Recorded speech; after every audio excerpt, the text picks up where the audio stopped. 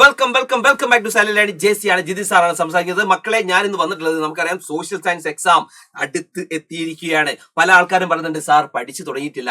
അപ്പൊ പഠിച്ചു തുടങ്ങാത്ത ആളുകളൊക്കെ ഉണ്ടെങ്കിൽ അവരൊന്നും വിഷമിക്കേണ്ട ആവശ്യമില്ല. നമ്മൾ ഏറ്റവും പ്രധാനമായിട്ട് നമ്മൾ ഈ സോഷ്യൽ സയൻസിനകത്തെ കുറച്ച് പ്രധാനപ്പെട്ട കാര്യങ്ങൾ ഇന്ന് പറയാൻ പോവാണ്. പറയുന്ന ചാപ്റ്റർ എന്ന് പറഞ്ഞാൽ അല്ലെങ്കിൽ നമ്മുടെ ഭൂമി എന്ന് പറയുന്ന ചാപ്റ്റർ ഉണ്ടല്ലോ, അതിനകത്ത് നിർബന്ധമായി നമ്മൾ പഠിച്ചു വെക്കേണ്ട വളരെ സിമ്പിൾ ആയിട്ട് നമുക്ക് മാർക്ക് നേടാവുന്ന കുറച്ച് ടോപ്പിക്കുകളാണ് ചെയ്യുന്നത് ഇന്നത്തെ ക്ലാസ്സിനകത്ത് പറയുന്നത്. അതിൽ ഏറ്റവും പ്രധാനമായിട്ട് മക്കളെ നിങ്ങൾ പഠിച്ചു വെക്കേണ്ടതാണ് the structure of the earth, അല്ലെങ്കിൽ ഭൂമിയുടെ ഘടനയെ കുറിച്ച് നിർബന്ധമായിട്ട് എന്ത് ചെയ്യണം, പഠിച്ചു വെക്കണം. ഏറ്റവും പുറമേയുള്ള പാളി എന്ന് പറഞ്ഞാൽ അത് ഏതാണ് മക്കളെ? ഈ പറഞ്ഞ ക്രസ്റ്റ് അല്ലെങ്കിൽ ഭൂവൽക്കമാണ്. രണ്ടാമത്തത് മാൻഡിൽ അല്ലെ. അടുത്തത് നിങ്ങൾ നോക്ക് ഔട്ടർ കോർ അല്ലെങ്കിൽ പുറങ്കാമ്പ്. ലാസ്റ്റ് വൺ നിങ്ങൾക്കറിയാം ഈ പറയുന്ന ഇന്നർ കോർ ആണ്. ഇത് നാലും നിങ്ങൾ നിർബന്ധമായിട്ട് മക്കളെ ഇത് പഠിച്ചു വെച്ചോളാം. എക്സാമിന് ചോദിക്കാൻ സാധ്യതയുള്ള ഭാഗമാണ്.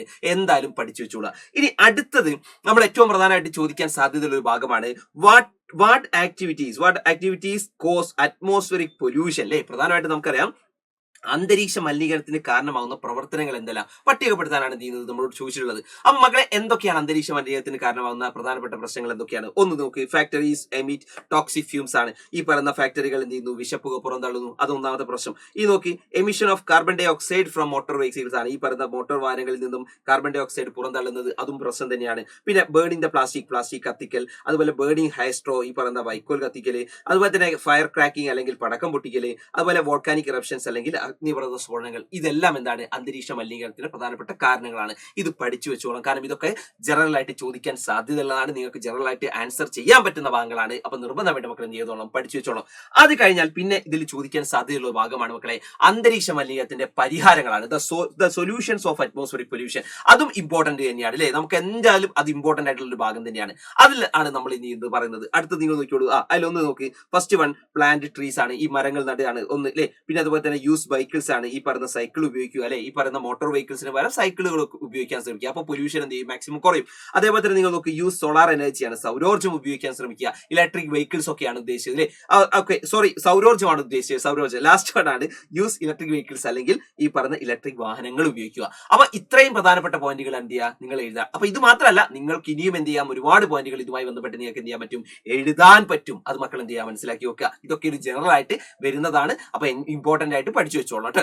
ഇനി നെക്സ്റ്റ് വൺ മക്കളെ, നിങ്ങൾ കാണേണ്ടത് പ്രധാനമായിട്ടും എർത്തിന്റെ ലെയേഴ്സ് ആണ്. പ്രധാനപ്പെട്ട ലെയേഴ്സ് ആണ്. സ്ട്രക്ചർ ഓഫ് ദി അറ്റ്മോസ്ഫിയർ ആണ്. അന്തരീക്ഷ പാളികളെ, അന്തരീക്ഷത്തിന്റെ പ്രധാനപ്പെട്ട ഘടനയാണ്. അപ്പൊ നിങ്ങൾക്കറിയാം അന്തരീക്ഷത്തിലെ പ്രധാനപ്പെട്ട പാളികൾ ഏതൊക്കെയുണ്ട് മക്കളെ. നിങ്ങൾ നോക്കിയോളുക. ഏറ്റവും ട്രോപ്പോസ്ഫിയർ, സ്ട്രാറ്റോസ്ഫിയർ, മെസോസ്ഫിയർ, തെർമോസ്ഫിയർ, അതുപോലെ തന്നെ എക്സോസ്ഫിയർ അല്ലെ. ഇങ്ങനെ പ്രധാനപ്പെട്ട 5 പാളികൾ ഉണ്ട്. ഇത് നിങ്ങൾ പഠിക്കണമെങ്കിൽ ഈ ഒരു ഒറ്റ കോഡിലൂടെ എന്ത് ചെയ്താൽ മതി, നിങ്ങൾ ഇത് പഠിച്ചു വെച്ചാൽ മതി. ഒറ്റ കോഡ് എന്താണെന്നറിയല്ലേ, കോഡ്. കോഡ് പിടിച്ചോളി മക്കളെ. കോഡ് ഇതാണ് മക്കളെ. കോഡ് ഇതൊന്ന് വായിച്ചു നോക്കി.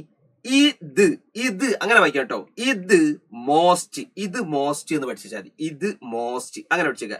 ഇത് മോസ്റ്റ് എന്നുള്ള ഒരു കോഡ്. ഇത് മോസ്റ്റ്, ഇത് എന്താണ്, മോസ്റ്റ്, ഇത് മോസ്റ്റ് ആണ്, ഇത് വലുതാണ്, അങ്ങനെ ഒരു കൺസെപ്റ്റ് നോക്കിയോളി. ഇ എന്ന് പറഞ്ഞാൽ ഏതാണ്, എക്സോസ്ഫിയർ.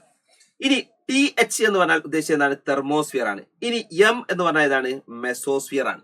ഇനി OS എന്ന് പറഞ്ഞാൽ ഓസോൺ പാളി കാണുന്ന പ്രധാനപ്പെട്ട ലെയർ ആണ് ഇത്, ഈ പറയുന്ന സ്ട്രാറ്റോസ്ഫിയറിലാണ് നമ്മൾ എന്ത് കാണുന്നത്, ഈ പറയുന്ന ഓസോൺ കാണുന്നത് എവിടെയാണ്, സ്ട്രാറ്റോസ്ഫിയറിലാണ്. അത് വേറൊരു പോയിന്റ് കൂടി ആട്ടോ, അതുകൊണ്ട് അത് ഓർത്ത് വെച്ചോളെ. സ്ട്രാറ്റോസ്ഫിയറിലാണ് ഓസോൺ കാണുന്നത്. ഇനി T എന്ന് പറഞ്ഞാൽ സ്വാഭാവികമായിട്ട് ഏതായിരിക്കും, ലാസ്റ്റിലത്തെ ട്രോപ്പോസ്ഫിയർ ആണ്. അപ്പൊ മക്കൾ മനസ്സിലാക്കി വെക്കുക, അന്തരീക്ഷ ഘടന അല്ലെങ്കിൽ ലെയേഴ്സ് ഓഫ് അറ്റ്മോസ്ഫിയർ എന്ന് പറയുന്ന ഭാഗം നമുക്ക് സിമ്പിൾ ആയിട്ട് നമുക്ക് എന്ത് ചെയ്യാൻ പറ്റും, ഒരൊറ്റ കോഡിലൂടെ, ഇത് മോസ്റ്റ് എന്ന് പറയുന്ന ഒരൊറ്റ കോഡിലൂടെ നമുക്ക് ഓർഡർ ആയിട്ട് പഠിക്കാൻ പറ്റും. ഇത് ഇങ്ങനെ പഠിച്ചു വെച്ചാൽ ഉറപ്പാണ് ആർക്കും എന്ത് ചെയ്യുന്നില്ല, മറന്നുപോയില്ല. പല ആൾക്കാർക്കും ഇത് എന്ത് ചെയ്യും, അങ്ങോട്ടും ഇങ്ങോട്ടൊക്കെ എന്ത് ചെയ്യുന്നുണ്ട്, പലപ്പോഴും മാറിപ്പോറുണ്ട്. ആ മാറിപ്പോകുന്ന പ്രശ്നം നമുക്ക് ഈ ഒരു കോഡിലൂടെ നമുക്ക് എന്ത് ചെയ്യാം, പരിഹരിക്കാം. അപ്പൊ മക്കളെ മക്കളെ ശ്രദ്ധിക്കണം, ഇത്തരത്തിലേക്കുള്ള സിമ്പിൾ ആയിട്ടുള്ള ട്രിക്സുകളും കാര്യങ്ങളും ഒക്കെ പറയാൻ നമ്മൾ ഇന്ന് വൈകുന്നേരം കൃത്യം 7 മണിക്ക് നമ്മൾ എന്ത് ചെയ്യുന്നുണ്ട്, ലൈവിനകത്ത് വരുന്നുണ്ട്. അപ്പൊ എല്ലാ ആൾക്കാരും എന്ത് ചെയ്യുക, പബ്ലിക് ലൈവിനകത്ത് പങ്കെടുക്കുക. നിങ്ങളുടെ ഫ്രണ്ട്സിനെ കൂടി വിളിച്ചു വരിക. അത് മാത്രമല്ല, നാളെ രാവിലെ കൃത്യം 6 മണിക്ക് നമ്മൾ എന്ത് ചെയ്യുന്നുണ്ട്, ഒരു മോർണിംഗ് ബൂസ്റ്ററിൽ നമ്മൾ ക്വസ്റ്റ്യൻ പേപ്പർ ഡിസ്കസ് ചെയ്യുന്നുണ്ട്. അപ്പൊ എല്ലാ മക്കളും എന്ത് ചെയ്യണം, കറക്റ്റ് ആയിട്ട് എത്തണം. സോ നമുക്ക് കാണാം മക്കളെ. So by.